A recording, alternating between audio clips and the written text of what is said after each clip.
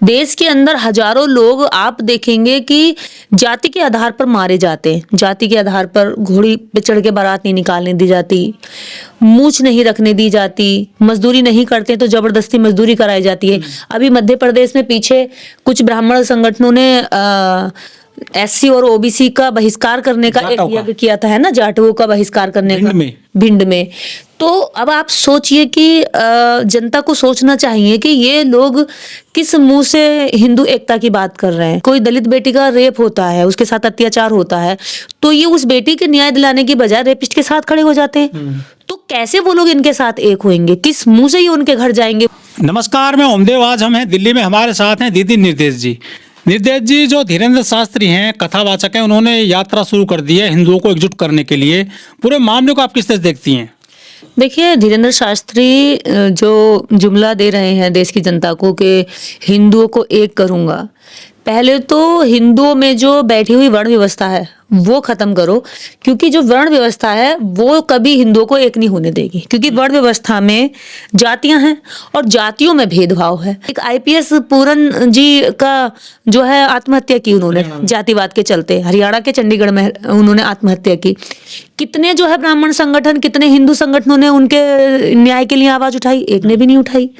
अभी आप मनीषा वाल्मीकि कांड देख लो, हाथरस का, कितने हिंदू संगठन आए उसके न्याय में, उसके लिए न्याय की मांग करने के लिए। अभी जब हम 2 साल 3 साल पुरानी बात करते हैं, एक बच्चा जो राजस्थान के इंद्र मेघवाल को, मात्र 8 वर्ष का बच्चा वो रहा होगा, जिसको एक सवर्ण शिक्षक ने पीट के उसकी हत्या कर दी, केवल इसलिए क्योंकि उसने मटका छू लिया था पानी का। तो पानी पीने तक पे जिन बच्चों की हत्याएं हो रही हैं, क्या उनके लिए हिंदू संगठन सामने आते हैं? ये जो बाबा बागेश्वर है, ये सामने आया आज तक? ये बाबा बागेश्वर ने आज तक कहा कि जाति के आधार पर लोगों को मारना बंद करो, पीटना बंद करो, उनके साथ अत्याचार करना बंद करो? क्या एक भी बयान आज तक धीरेन्द्र शास्त्री ने दिया? नहीं दिया होगा। तो धीरेन्द्र शास्त्री किस मुंह से लोगों को एक करने की बात कर रहा है? मतलब अंदर से छुरी चलाते रहो, उनके अधिकार छीनते रहो। तुम जिन एससी ओबीसी के आरक्षण के खिलाफ बात करते हो, वो तुम्हारे साथ हिंदू एक कैसा हो जाएंगे भाई?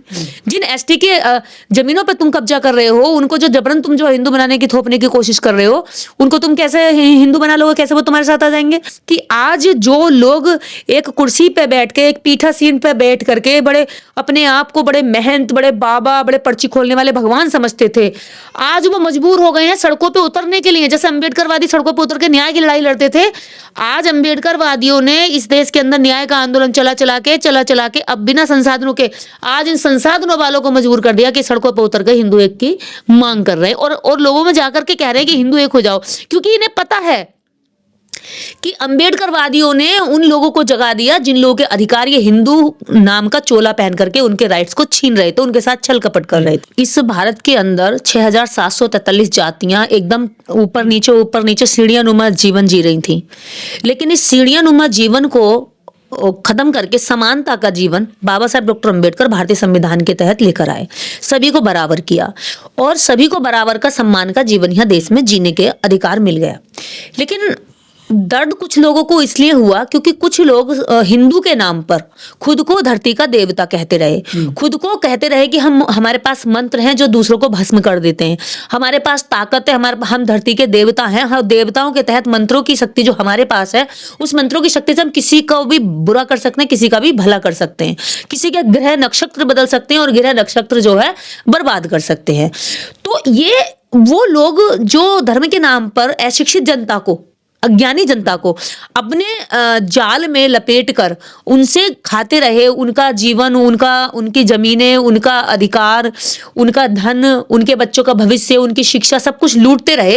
अब वो गरीब तबके के लोग जो ओबीसी हैं, जो एससी हैं, एसटी हैं, वो जागरूक होकर के अब नौकरियों में अपना अधिकार मांगने लगे, शिक्षा में अधिकार मांगने लगे, राजनीति में पूरे अधिकार की बात करने लगे, वोट दे करके नेताओं से सवाल करने लगे।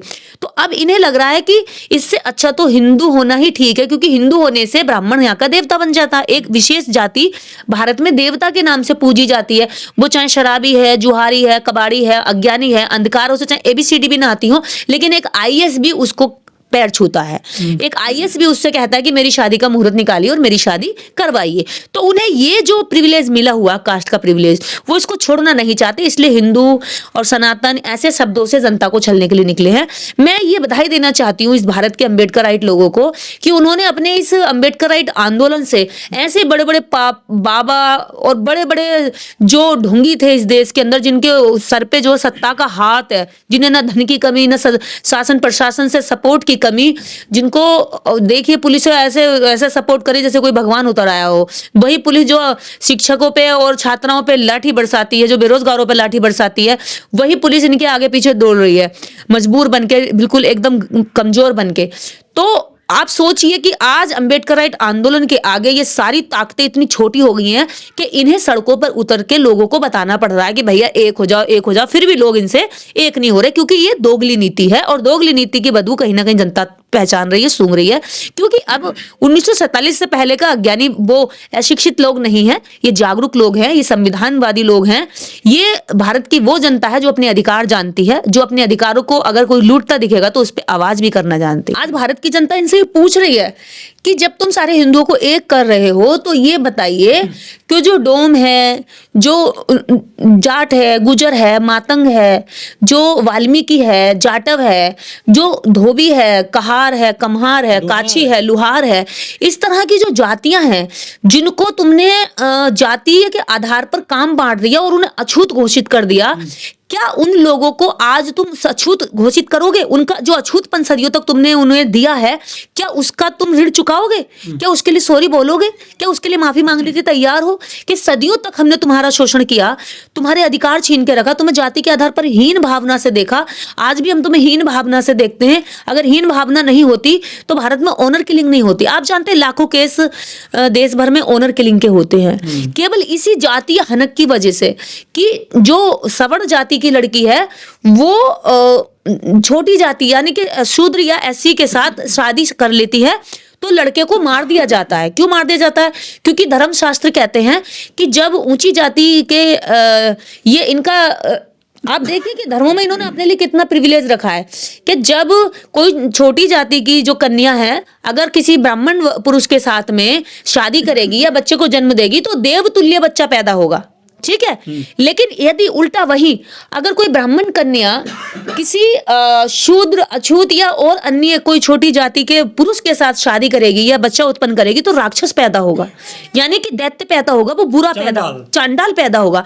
तो इन्होंने जाति का प्रिविलेज रखा नहीं रखा अपने पास कि उनकी बेटियों का तुम शोषण करते रहो, उनको ये सेट करो माइंड से कि हमारे साथ आप संबंध बनाएंगे तो आपको भला होगा, आपको मोक्ष प्राप्त होगा, स्वर्ग की अप्सरा बन जाएंगी। लेकिन अपनी बेटियों को ये बताया अगर तुमने उनके साथ शादी की तो तुम्हें हत्या कर दी जाएगी, तुम्हारी भी हत्या कर दी जाएगी, जिस लड़के के साथ तुम शादी करोगी उसकी भी हत्या कर दी जाएगी। कितने ऑनर किलिंग के केस हमारे सामने रोज घटनाएं तैरती हैं। क्या इस ऑनर किलिंग केसों पर किसी धीरेन्द्र शास्त्री या किसी इसके जैसे बाबा ने आज तक कोई बयान दिया है कि क्यों मारते हो इन निर्दोष लोगों को जो शादी करके जीवन जीना चाहते हो, उनको भी खत्म कर देते हो।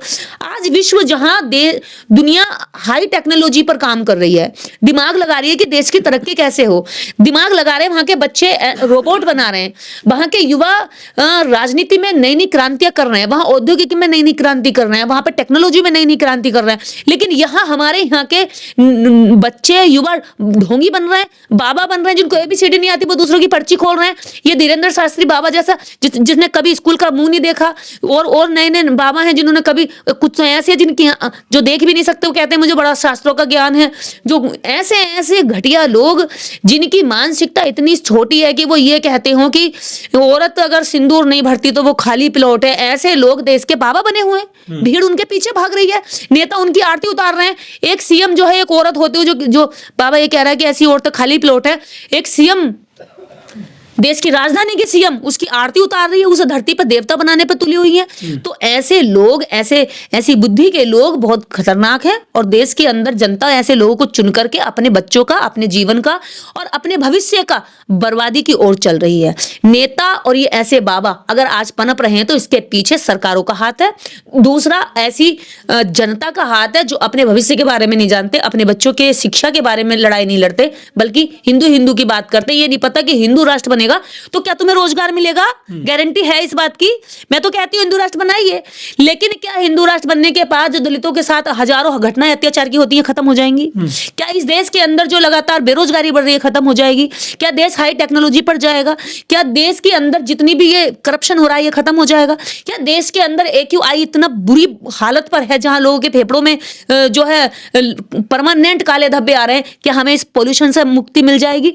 हिंदू राष्ट्र से अगर देश का कोई भला होता हो, कुछ नवीनीकरण होता हो, इस विचार से किसी का भला हो रहा हो, देश की तरक्की हो रही हो, तो हम इसके साथ हैं। लेकिन वही पाखंडी सोच जो हजारों वर्ष पहले इस देश की जनता ने ठुकरा दी थी, छोड़ दी थी, 25 नवंबर 1927 को जिस मनुस्मृति को बाबा साहब ने आग के हवाले कर दिया था, उस मनुस्मृति को दोबारा लागू करना चाहते हैं। ऐसे समय पर जहां लोग तेजी से आगे बढ़ रहे हैं, वहां भारत को ये और हजारों वर्ष पीछे ले जाना चाहते हैं। ये जो महिलाएं इस बाबा की पैदल यात्रा में चल रही हैं, इन महिलाओं का उद्धार हिंदू राष्ट्र से होगा या फिर हिंदू कोड बिल से होगा? देखिए, जिन महिलाओं को अभी तक हिंदू कोड बिल नहीं पढ़ना आता है, वो पहले तो हिंदू कोड बिल को ढूंढें, पढ़ें और अपने आसपास की बहन बेटियों को भी पढ़ाएं, वरना आपको ये हिंदू राष्ट्र इस लायक इस कदर बना देगा कि अभी आपने 2 दिन पहले एक दैनिक भास्कर की रिपोर्ट पढ़ी होगी जिसमें बीजेपी की महिला नेता जो है लड़कियों को, बेटियों को, कम उम्र को, कुंवारी को, बुढ़ियों को और देसी विदेशी हर तरह की लड़की को नेताओं के लिए प्रोवाइड कराती है गलत काम करने के लिए। ऐसी ही एक बीजेपी की नेता हरिद्वार की थी जिसने अपनी ही बेटी को जो है कम से कम 12 लोगों के साथ अलग अलग जो जगह पर ले गई, गलत काम कराया ताकि उसको जो है अच्छा पद मिल जाए बीजेपी कार्यकारिणी में। तो ये वो घटिया इस तरह की या तो वो औरतें चल रही होंगी जो इनके साथ में चलने वाली औरतों का आप रिकॉर्ड छान लीजिए, या वो औरतें जिन्होंने कभी हिंदू कोड बिल नहीं पढ़ा है। ये जो बाबा है कभी कहता कि हम हिंदू कॉलोनी बनाएंगे, जमीन ले रहे हैं, हिंदू घर बनाएंगे वहां पर, कभी कहते हैं हिंदू राष्ट्र बनाएंगे, ये क्या इसमें कामयाब हो पाएंगे ऐसे बाबा? ये बाबा बताएं हिंदू कॉलोनी बनाएंगे, हिंदू राष्ट्र बनाएंगे, तो उसमें क्या यादव कथा कर सकता है? या यादव कथा करेगा तो जैसे अभी एटा में हुआ था, एक यादव ने कथा कर दी थी, कथावाचक की कुर्सी पर बैठ के कथा कर रहा था, तो वैसे ही कथा कर रहा था जैसे ये ब्राह्मण या जैसे ये और बाकी लोग करते हैं।